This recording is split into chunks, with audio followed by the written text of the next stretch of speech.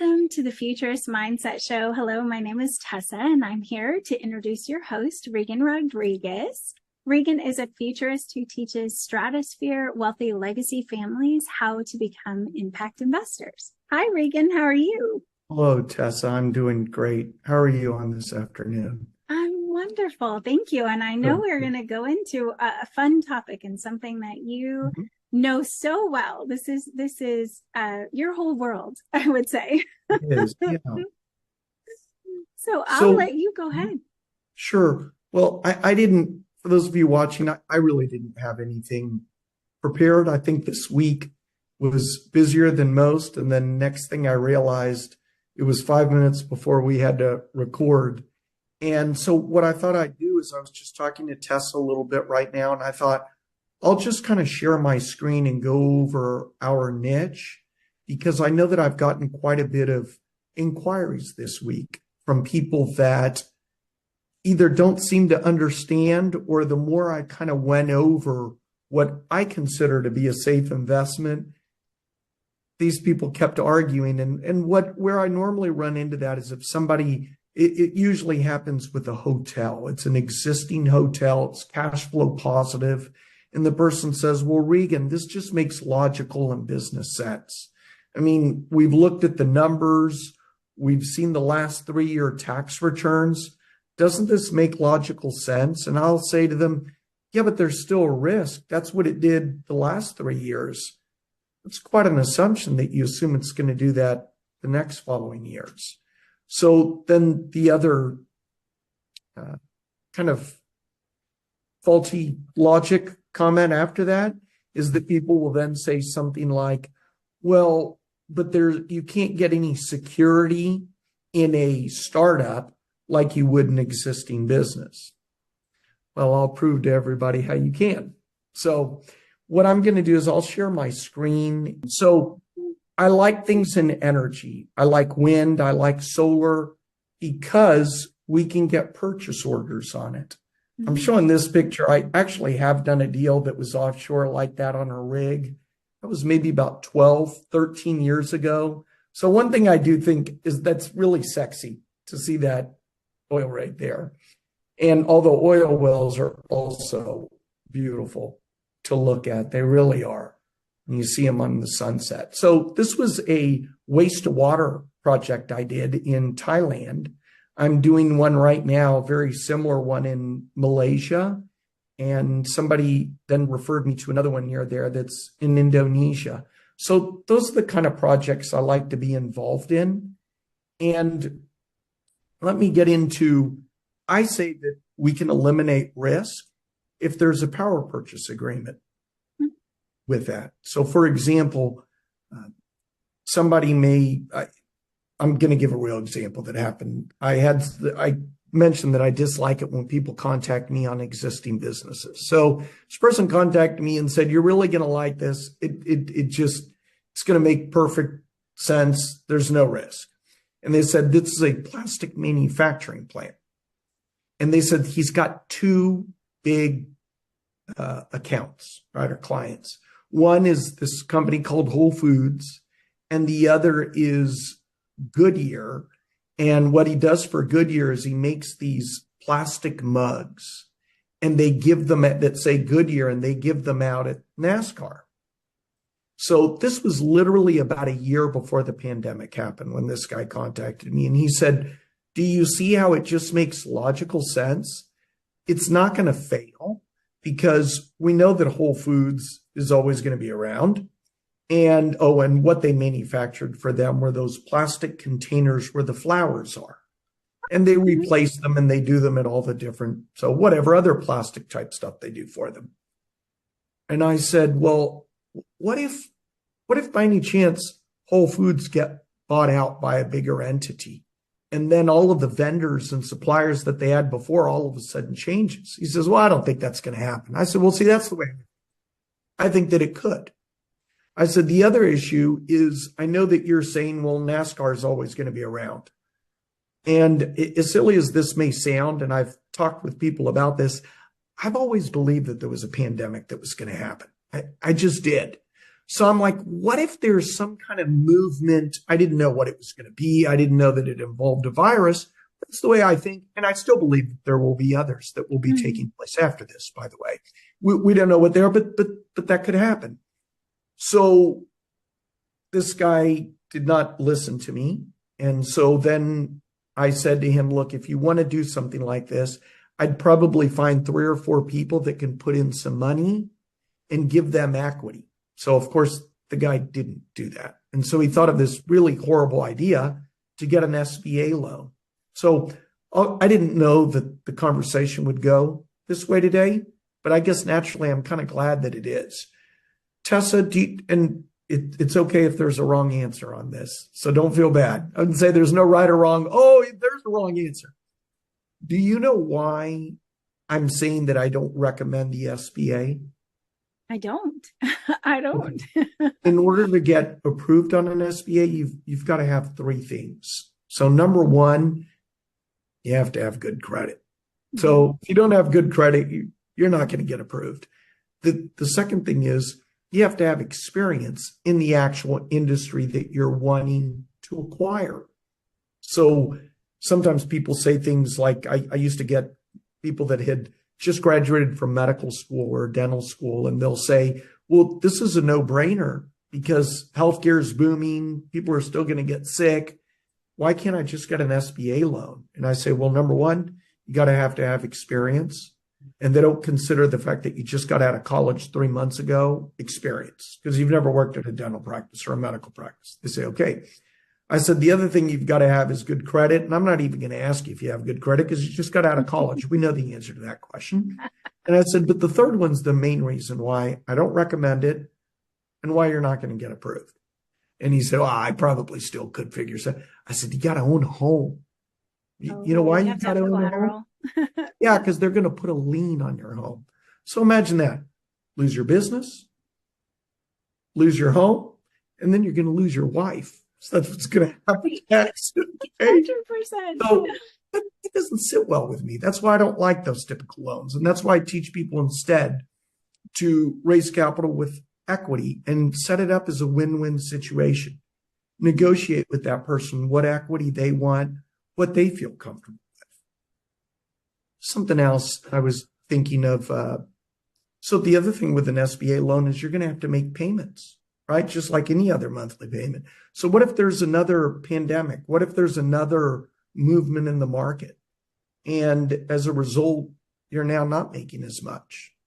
So who makes that bill? You now have that note that you got to pay on. Yeah.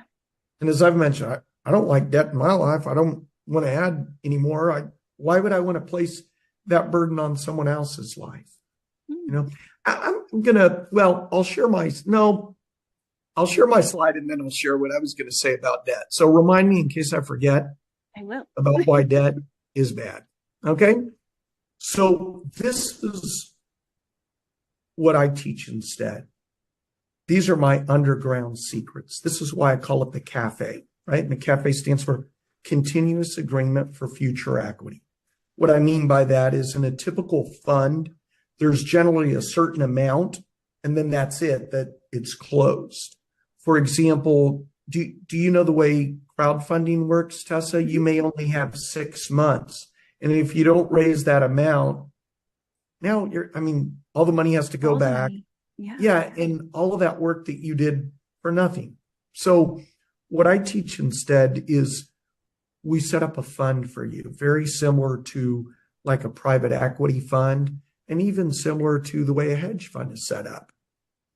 So let's assume, and we'll give that example. Let's assume somebody says, well, I still don't want to do a startup on an alternative energy project. Well, why don't we instead build a fund that I acquire existing manufacturing plants or existing hotels? Oh, by the way, I didn't tell you what the rest of that story was. Oh. That person did not listen to what I said, right? He got an SBA loan. I told him he shouldn't do it. He then contacts me a couple of months later. It's actually not funny because we know what happened. Whole Foods got acquired by Amazon, right? If you remember that. So yes. Now what? So guess what Amazon decided to do? All of their vendors, all of their suppliers, we've got new ones that we're going to pick. I mean, we're Amazon now. So they contacted all the existing ones, which was this guy, brand new. He just bought this business, brand new, doesn't know anything about the industry. He gets a letter from Amazon that says, you've got to be in Seattle by Friday. Can't find a flight. That's okay. We're going to have 3 other people that we've picked, and we're going to do bid on the 4. So if you can't make it this Friday, that's okay. Can't find a flight. We've got 3 others that'll take your bid. So can't find a flight and you're in the other coast, you better get in the car right now. Right? So how was he going to land that account? What was he going to do? I know what he probably had to do. Went for the lowest bids. Now he's not making as big of a profit as he thought he would. So then the other thing happened is he's like, well, I've got Goodyear. Oh, right. Yeah. Then the pandemic happened and NASCAR did not happen that year. So there's always things that can happen, right? So this is what I recommend instead. And when we set up a fund like this, let's assume it is to acquire manufacturing plants or hotels. Okay, great. Then all a fund is, as I mentioned right here, it's a pool of money that's created by contributions from investors. And then you as the fund manager will get to use that pool to make those investments. And you can see what I put here, when the investments are made, the investors get paid and the fund manager gets paid. By law, you're allowed to charge a 2% management fee. So let's assume you're wanting to raise 20 million. And if you do what I recommend, I would say, look, make sure you pay the investors back first. By law, though, you are allowed to charge a 2% management fee. So let's assume we're raising 20 million. And me as the money raiser comes in here and we bring, and what I mean by here is the expert is the actual business. So generally someone will have a business plan they will send me. That's the expert. They send it to me. I decide whether we're going to approve it. And then we send the money coming in this way. You following me? Okay. So in this situation, if we're raising 20 million, I get 5 million to come in here. By law, he's able to charge a 2% management fee, which is 100,000. So he can pay himself 100,000, and that's a salary. He can do whatever he wants with that. The 4,900,000 he has to use for the business. Okay. So let's assume that business was selling for 10 million. I always get people that argue with me and they say, see, that's the problem, Reagan. Raising capital this way, it takes too long. I'd rather have a big bank loan because the business is 10 million and you say you're going to get me 5 million in about 120 days. Well, now what am I going to do? Here's what you're going to do. You're going to go to that owner, that person that's selling that, I'm just going to be honest, that silly business. That's the way I feel. I'm not a big fan of businesses. But I'm a fan of funds. And now you can buy the silly business. Okay. So they put in 5 million. You've got your salary of 100,000. If that business is 10 million, you go to that seller and you say, tell you what, I know you're selling for 10 million. I don't have the 10 million yet, but I have proof to show you I've got 5 million. Can we get started with that? In another 90 days, I'll have another 5 million. He either says yes or no. If he says no to that, that's great. You wait till the next 90 days. Now you have another 5 million that comes in. Guess what the best part about that is? Another 2% management fee. So now you just made another 100,000. You haven't even started the business yet. You have a salary at 200,000. Now, do you understand why I call it the silly business? You've already made 200,000. You didn't start with the business. So again, I'll have people that argue with me and say, yeah, but by that time, that business that was for sale, that was cash flow positive, is now sold. I always roll my eyes at this because they'll try and manipulate me and they say, I talked to the seller. They're this close to selling to someone else that's a cash buyer.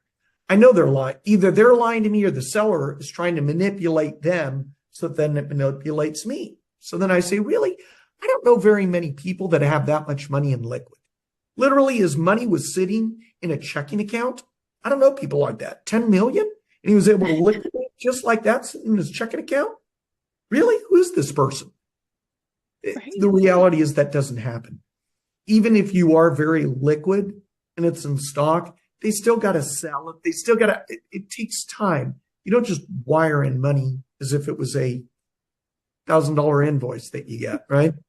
Or you don't just make a payment like I do with you when you send me an invoice, right? And just voila, the money comes in, right?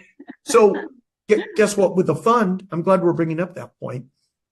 If that business does get sold out from under you, let's assume somebody was a cash buyer and they really had that 10 million. And now that you raised it, now that business is gone. Well, I've had clients where they panic on that. They say, what am I going to do? I go, all this works to your advantage. If it was sold out from under you, then maybe it wasn't meant to be. Now we can go find another hotel or another manufacturing plant that's of similar or equal value. Of course, if they talk to their banker will say it's impossible. You can't do that. They're going to then have to get an appraisal or a valuation on that property. Well, that banker is right if you're getting a typical loan. That's the great thing about the fund. You control the funds and you decide where to move it. Now, people say that's expensive to set up something like that. I have a lot of attorneys. People know this as clients. Just in the last, 6 months, I've had 3 attorneys that I've had as clients. And when they go through this, they will argue with me and they say, setting something like this up can cost 120 to as much as 150, 180,000. And I say, you're right if you do this first. But this is why I call this my underground secret. And then they say, oh, I see. I go, I don't do that first. I do this first. We're going to start with the deal. Because if not, legal begins billing. And then they say, now, do you want it structured as debt? Do you want it structured as equity? Do you want that? And each question and each thing, you just start billing more and more. So what do I recommend to do? We start with the deal. What I say here, test it with investors first. Then go back to the drawing board until what? You find a great deal. So when a client sends me a project, the first thing I do when I look at the deal is I'm going to frame it. Are we going to do debt? I already talked about, no, we're not. We're going to do equity. Then I talk to my investors and I know what are the things that they're looking for. And I tell them right away, this is the return. This is what we're looking at. I spoke to my client and he said, or she said that they're okay with giving up 20% equity. Are you okay if we do this as a 20-80 split? They say yes. What that did was that got me soft commitments. Now, I've had some attorneys that they say, are you sure you can do this without this? And understand, some of them might be attorneys that work in other areas. They don't set up funds like this. And I say to them, you can double check the laws, but you actually have 60 days before you file it. So you can present this and you just get a soft commitment. And you'd say to the guy, hold off. My paperwork isn't quite ready yet. We're about 2 weeks away. We got the soft commitment. Then after we get this, now we go to legal. So now there isn't even any risk on setting up the fund. We started with the deal. We found out that it was this, that it was a great deal. You framed it. Then we go to legal. Another part I want to mention is this part. This is how people like us do it. Unless your name is Ray Dalio or Ken Griffin and you've been right for the past 30 years, you have to explain this to the people that are putting the money in, right? And so when I say this is how people like us do it, that's not a slam. That's how I do it. My new fund with Worthy Futures, the same thing. We've got the business plan. Tessa helped build the website. We've got that and we frame it. So another thing I want to go over is syndications that are right here. Tessa, have you ever heard of that term, a syndication? I have, but I don't know much about it. I have. Well, there are more lawsuits associated around this, especially in South Florida. It's very popular. So you'd say, well, why do people do this if there's lawsuits around it? They do it because of the speed. All you need is an operating agreement and an LLC. The bad news on this is you could get kicked out of the deal. These are the kind of things you hear about in the news where you hear about hostile takeovers, right? So think about it. If you're not the one with the money and he puts this together for you and his lawyers pay for this, you're probably going to get taken advantage of on this deal. Wow. And Okay. generally, Tessa, people do this when they're doing like flipping property. Oh, That's where gotcha. it's typical. There's this home that's undervalued, it's boarded up, it's got mold in it. And that person's like, look, I don't have a job, but I'm very handy. I have a background in construction and I can get rid of the mold. So maybe they'd go to that one friend of theirs that has money. And they say, can we set something like this up? You put in the money, I'll buy the material at Home Depot or Lowe's. And so the other problem with that, though, is let's assume the person that you trusted that helped out with the money for the legal and helped out with the money is an ethical person. So you guys sell that home, you exit, the both of you split it 50-50 and you made a profit. Well, you can't do this again and do deal 2, deal 3, or deal 4. But with a fund, you can. So when I gave the example of this guy that really wanted to acquire plastic manufacturing plants, he could acquire several, almost like a private equity group. Mm-hmm. Same thing. I'm talking with a gentleman that's wanting to acquire hotels. And what we're doing with him is we're setting it up like this where he can acquire several. Now there's a catch on this. Okay, it would almost seem too good to be true. You can't go out and just buy anything. If you're going to do that, it has to be consistent with what the fund is. So if the fund is about acquiring hotels, you cannot acquire multi-unit apartments, right? Got it. The same thing, if you do one on multi-unit apartments, you can't then acquire an assisted living facility. It has to be consistent with the fund. So I give this example because I really did get the scenario once. I had someone that we built something for an alternative energy. It literally was a wind farm. And when the money came in, he then contacts me and he says, Reagan, I found this piece of land. And there's reason to believe that there might be oil and gas on that piece of land. So I've got this idea. Why don't we instead drill for oil and gas? That's a horrible idea. Because what do you want to get sued? The investors put money in because they want a green project. They want to, you can't now take that money and use it to drill for oil and gas. So you just have to be consistent with what the fund is. So that's pretty much it. Do you have any questions that maybe you thought about while I was going over this, or some comment that you might think of?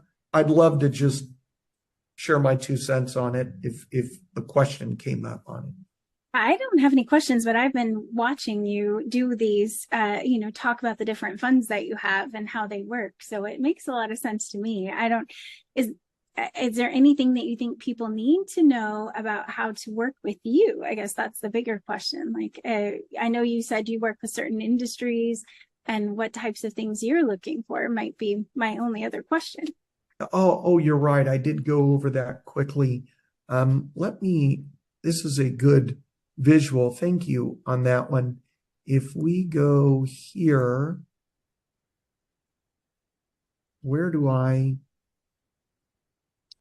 this slide goes over our niche. Okay. I like affordable housing programs, meaning construction on it, renewable power, grid enhancements. I love this. I'm doing a toll, kind of a toll area in South Africa that we're doing. Bridges, airports, hospitals. I like that kind of a thing. Did something with children for autism. We built a school. I like that kind of a thing. I am working on a refinery, oil refinery plant. I love things in mining because I like energy. My favorite, and you've heard me talk about this, is waste to energy. I have another deal in South Africa. I need to follow up with that person. Anton is his name. And it's a large waste to energy project that we're going to do, taking the trash, converting that to energy. So that's it. Any other last? No, just if you do want to find out more about how to work with Reagan, you can go to Fifth Avenue Capital. It's fifth 5 THAAVC.com. And you can get in touch with him and set up an appointment. If it sounds like you're a good fit, then he'll do a consultation with you, and we'll keep you posted. So we're here talking about the projects and also Worthy Futures, which is Reagan's fund. And if you guys have any questions, let us know. And don't forget to hit the reminder bell so that you get notifications when we do go live. All right. Well, thank you, Reagan. Thank you for all the information. I learn more every time I talk to you, and I get to see more of it. It just seems like a great thing. You're helping a lot of people with amazing funds that are making a difference in the world. So thank you so much. And we'll see you all next week. Bye, everyone.